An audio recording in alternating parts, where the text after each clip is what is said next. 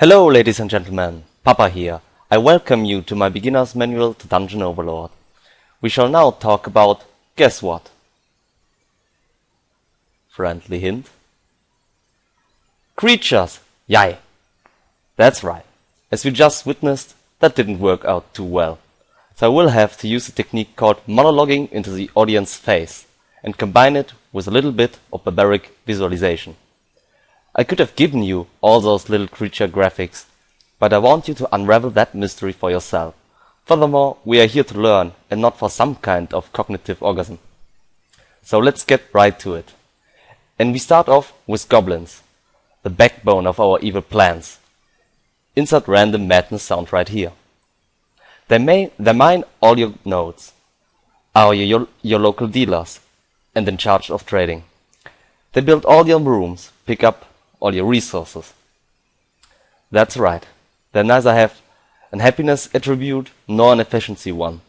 So shocking them serves no other cause than fulfilling your sadistic perversions. Don't feel bad though. They are getting abused by your warlocks anyway. So your shocking is just the cherry on the cake. They furthermore survey empty dungeons and come back with the information of which nodes that particular dungeon holds. So did I get you hooked on the idea of having more of them? Luckily for you, you can have them, you can have many more. By upgrading your den to level 3, you get one additional goblin. Furthermore, there's a pretty early research granting you another goblin. Then we have the upgrades to your vault. At level 3, 4 and 5, it gives you either 1, 3 or 5 more in total. That does not mean that the vault on level 5 will give you 9 goblins, but it will give you 5. So as an example, a level 4 vault will give you 3 more goblins. You can also buy 3 permanent goblins via station cash, also referred to as SC. In total, we will sum up to 13 goblins. Or 10 if you choose not to pay some drinks to our developers that are currently on the Caribbean. And we follow right up to our first tankish unit, the Orc. Because he is of tankish nature, obviously he needs to have a good health growth per level. But if you compare the Ogre health per level and what it costs to you, you will see the Orc is more expensive. So if you want a defensive unit, go for the Ogre. The very low awareness radius of your Orc makes you shift your dungeon into a setup where the enemy will literally have to walk over your Orc in order for him to participate in battle. So keep that in mind. I have here compiled after every creature the raw data. If you ever need it, come back, watch it again, but I'm not going to state them all because it would just be reading. The Ogre, the next tankish unit in game. It's also our very first pillaging unit. The reason why you want your Ogre to be of defensive type is because he moves so very, very slowly. 1 hour per tile is nothing to joke at.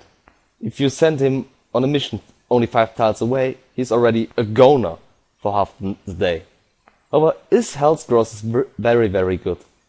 So, if you just need some cheap level 1 tank, put an Ogre Hammock in your den. Look at this. 500 HP per level. This is why already a level 20 Ogre is a force to be reckoned with. Keep in mind though that if you want to pillage, you will really need to put him in your expansion because pillaging won't work out if you start a dungeon. We move right up with the Warlocks. Who doesn't have Warlocks? We all need them because sadly they are the only researchers at the moment. They are of ranged type, and if you have ever played another MMO you will recognize them as glass cannons immediately. However, a glass cannon needs to shoot back. This is not the case with Warlocks. They have such a bad awareness radius, it's about 4 tiles, sometimes 5 tiles. But this is a really exploitable weakness, because Dark Elves, we will come right to them after this one, will shoot from 8 tiles. And Warlocks, I don't know if it's a weak AI, or if they actually enjoy being shot in the face, will not move to engage in battle unless the enemy is in their awareness radius. So what will happen when a Dark Elf goes one-on-one with the Warlock is the Dark Elf will shoot him down on 8 tiles away, and the Warlock will never shoot back. However, if you keep your mace close, to the library, warlocks will engage in battle, but mostly against melee types. Shocking is effective on the warlocks because it will increase the research output per hour. If you shock your warlocks to 200% efficiency, you will double the amount of research per hour. But well, this is another topic as well. However, keep in mind that a warlock is not a strong raiding unit because of the very low base HP and gain. A single fire trap deals 200 damage. So, even level 100 warlocks will die to a couple of flame traps in a matter of seconds. So don't attack with them, defending if you have to, but they are simply not a strong combating unit at the moment. And now we move up to a very interesting unit and commonly used. The Dark Elf. You could call him the ranged tank because he has very high HP. It's almost on par with the Orc. And deals very good damage for the amount of HP with an insane awareness radius. Just go into your dungeon right now and see what 8 tiles awareness radius really means.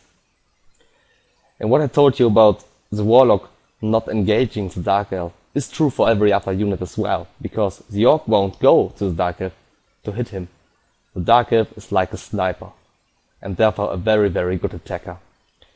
And to further fuel that, he's even a very fast traveler, attacks stealth units. All in all, the complete package. You want those if you attack, defend, whatever.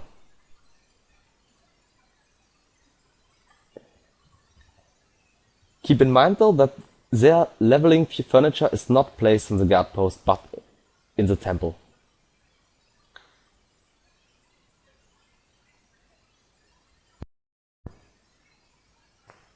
The other Dark Elf, the Priestess. Not surprisingly, just as effective and commonly used if you want to attack or defend, because she's the only healer at the moment, and the higher the level goes, the more HP she heals per heal. She has a range attack, however it's so low in damage and her awareness radius factual combat is so weak, you can neglect that. A Dark Elf Priestess does not deal damage in combat, safe to say. Unfortunately, she cannot research. Although the temple does give research bonus, she's just not doing it. Maybe it will be implemented later, but we don't know yet. So, she literally defends your investment. So if you raid, take a bunch of them. But keep in mind what I said about the Warlock in terms of glass cannon and fire traps is true for her as well. With 300 health and 60 growth, it's already way better than the Warlock, but it's still small. So they need a very high level to actually get or to live long enough in a fireball trap hallway to heal through it. They will move very slowly, but if they have the level, they will make it through every trap the enemy could throw at you. Also keep in mind, when combating, you want more healers than actual combatants. I see what's coming now. Must be the one and only. The single-handedly best unit in the game. Even the developers agreed to them being overpowered and redesigned as we speak. The Thief, we could also call him just Beast, because he travels like a maniac, packs a bunch, spots all the enemies and is stealth on top of that. Can detect other stealth units. So you could either go with Dark Elves or the Thief, in case you have problems with Thieves.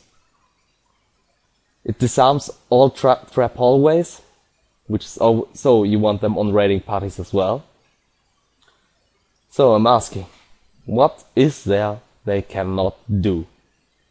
Keep in mind they have an ability called Backstab, so if they come out of stealth and attack, they will do 5 times the amount of damage than on regular attacks. But the thief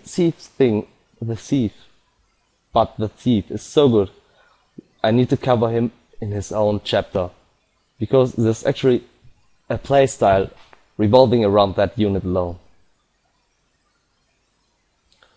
So with that, I think we should come close to the end. Yes, we covered now all the humanoids, and you should have noticed that they are quite a specialist.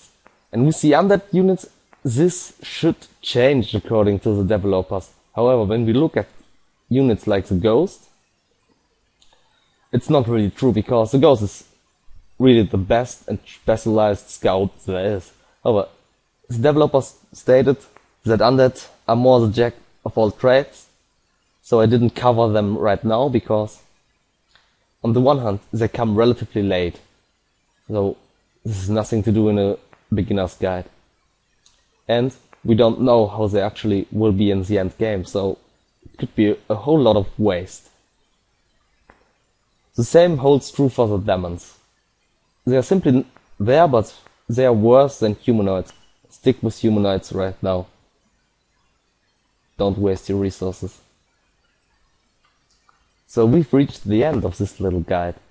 I hope you learned a lot about the basic creatures and how to use them, when not to use them. All that's left to do for you is to subscribe and tune in another day. Papa out.